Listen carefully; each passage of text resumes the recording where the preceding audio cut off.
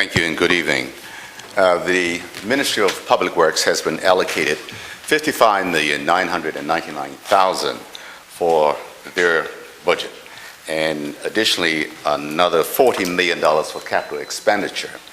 At least 60% of the capital expenditure budget is to deal with waste to energy facility up there on Palmetto Road.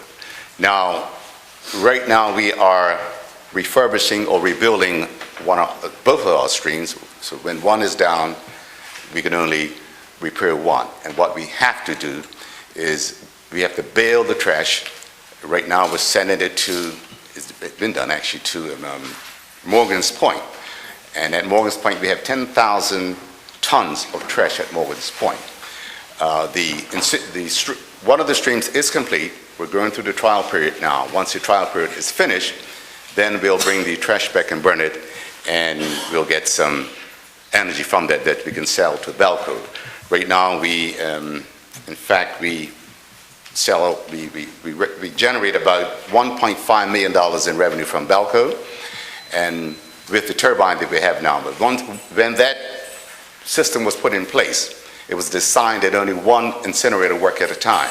But since the inception, both incinerators have been going, so there's not been any time for redundancy.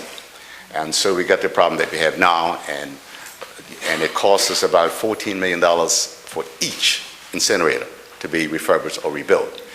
And that will give us another 12 to 15 years life on that one. So that's ongoing, and we don't have the luxury of landfill.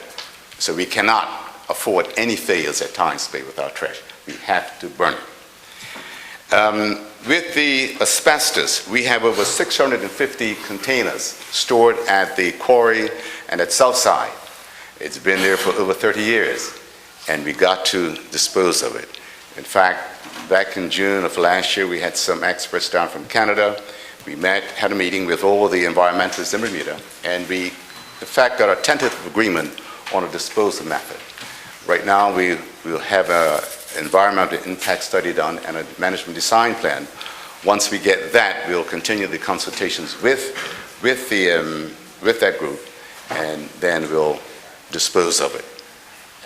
And so that should be something of the past shortly. Now with water, I'm trying to race through it so I can sit down. Water in the East End. Let's talk about the East End. We just commissioned a plant in December. The plant that we had before that we had to pull down was making 35,000 gallons per day. The plant that we just commissioned makes 135 gallons per day. We put another plant over in Marginal Wharf over at the base, Southlands, and we had a major breakdown on that.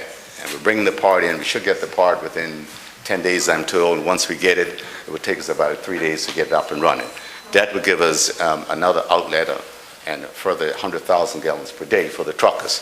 Because as you can all recall this summer, it was very difficult to get truckers come down here, and you had a problem.